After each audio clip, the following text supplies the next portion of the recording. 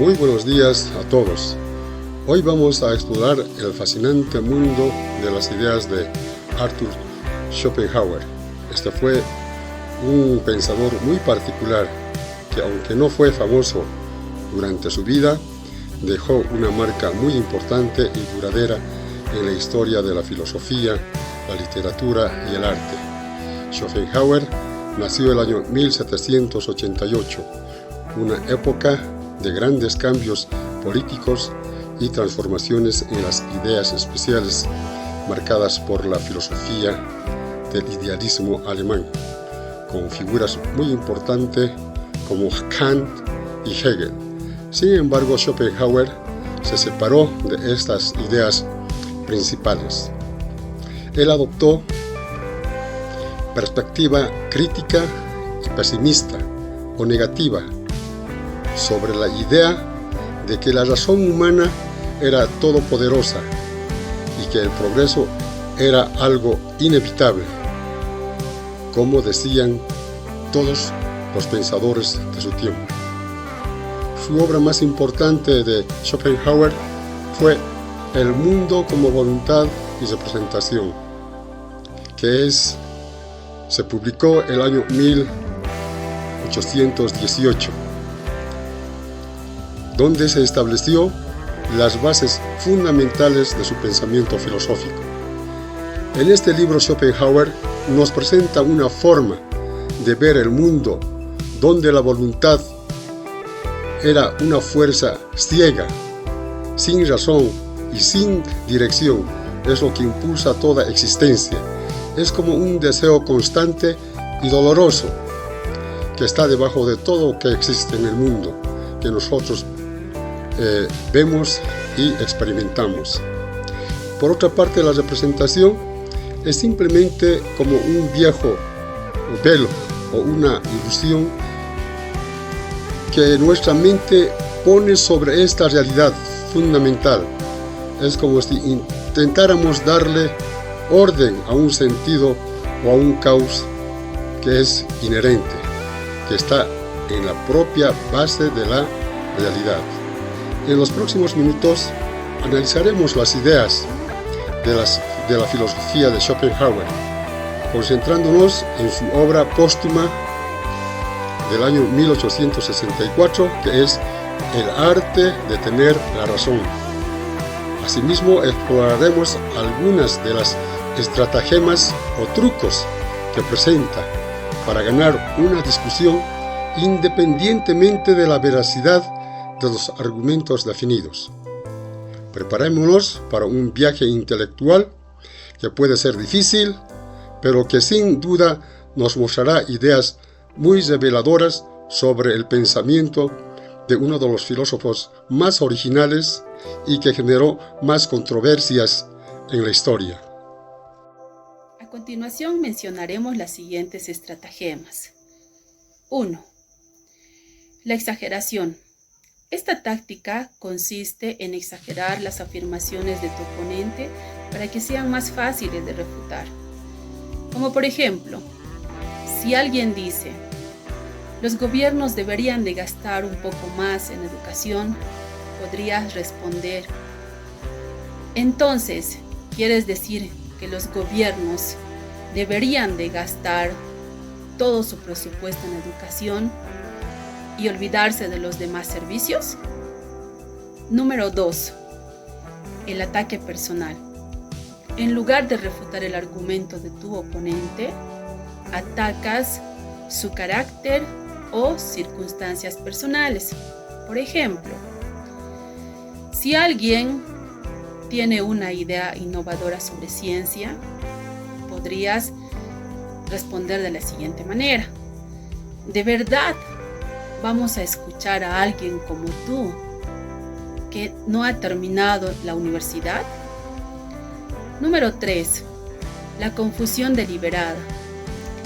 Esta táctica consiste en introducir términos vagos o complicados que confunden a tu oponente y al público. Por ejemplo, en un debate sobre economía, podrás hablar de mecanismos macroeconómicos, de interacción interdependiente en los mercados globales, sin dar ejemplos concretos, dejando a tu oponente perdido en la terminología. Número 4. La falsificación.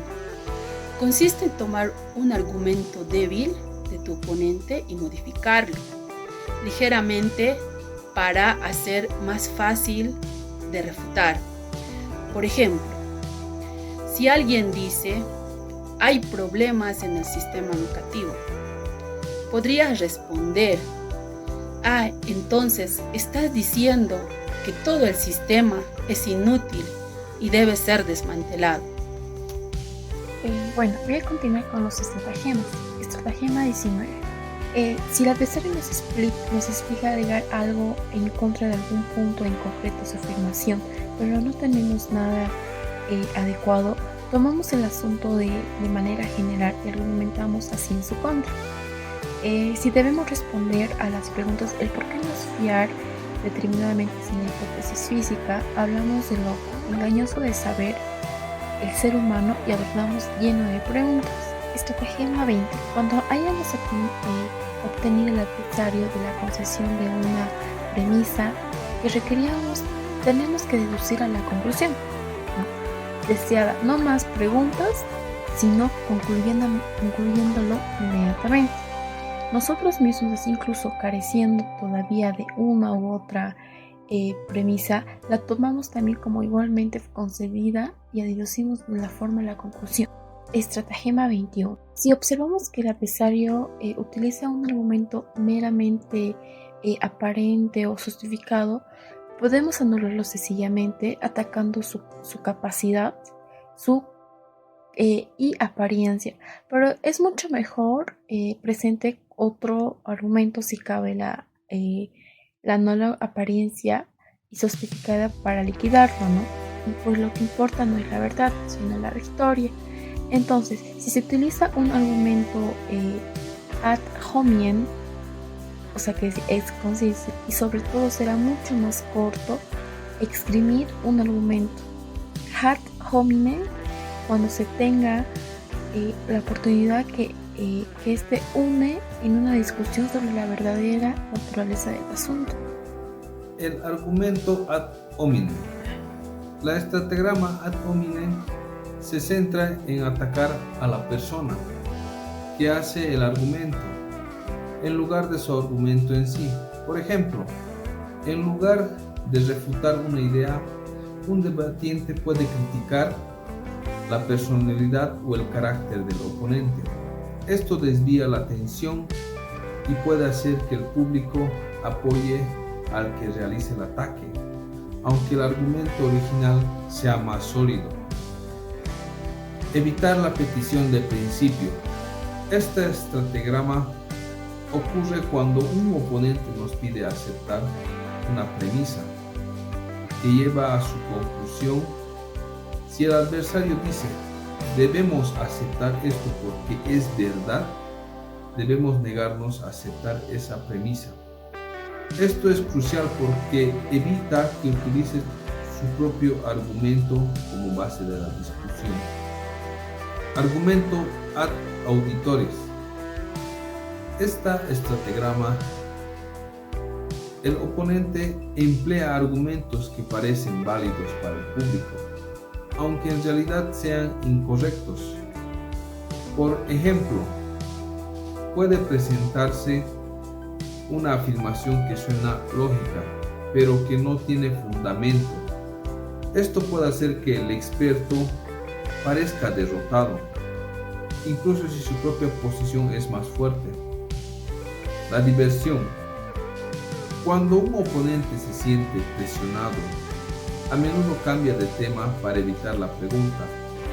Este cambio puede ser sutil, conectando de alguna manera con el tema original, o puede ser descarado y completamente irrelevante. Al hacer esto, el oponente escapa de la refutación inminente. Evasión del oponente. Si notas que el adversario no responde a una pregunta, evade el tema, eso puede ser una señal de que has tocado punto débil en su oponente. En este caso, es importante insistir a ese punto, ya que puede ayudar a revelar sus debilidades y mantener la presión en el debate. En conclusión, comprender y reconocer estas estrategias de Schopenhauer puede ayudarnos a ser mejores en un debate. Gracias. A continuación les voy a hablar sobre los estratagemas en los hechos jurídicos. En este punto vamos a tomar 3 ejemplos, que son la exageración, ataque personal y evasión al oponente. Dentro de la exageración podemos decir que es una magnificación o distorsión de hechos dentro de un caso legal, para así obtener la percepción de un juez o jurado y así llegar a tener un resultado favorable. Existen 2 tipos de exageraciones, que son la exageración de hechos y exageración de daños y perjuicios. Pasando al siguiente punto, que es el ataque personal, podemos decir que es un comportamiento o estrategia dentro de un caso legal para atacar la credibilidad o reputación de la contraparte, llegando así a la intimidación o la difamación de esta persona.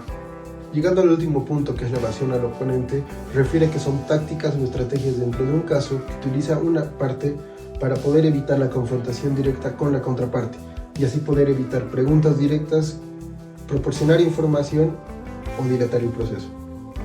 Continuando con la exposición del libro El arte de tener la razón de Schopenhauer, realizaremos un análisis de la reflexión grupal, para lo cual en la introducción realizamos una pregunta que dice: ¿cuántas veces hemos debatido para ganar sin importar la verdad? Pregunta que tiene muchas respuestas, pero el autor nos expone que existen diferentes técnicas para ganar una discusión. Es así que nosotros realizamos una reflexión y nos preguntamos cuántas veces hemos debatido y cómo nos ha ido hasta el momento. Desarrollando, tenemos 3 ideas claves de reflexión. El primero es la competencia versus la verdad, donde un grupo de personas realizan un debate, pero este debate se convierte en una lucha de egos que solo interesa ganar, y así no les importa la verdad ni la justicia. El segundo punto es la estrategia de manipulación, para lo cual el autor nos menciona 38 técnicas para entablar una discusión, y al mismo tiempo esta discusión se convierte en forma confusa o puede desacreditar al oponente. La tercera clave de reflexión es la defensa del componente crítico, donde nos muestra que la verdadera razón de un debate grupal no debería de ser la competencia, sino más bien debería de ser una idea de desarrollo y aprendizaje. Terminamos con un punto clave poderosa que dice: si en vez de ganar, ¿por qué no damos la razón? Si en vez de imponer nuestra opinión, ¿por qué no aprendemos del semejante? Gracias.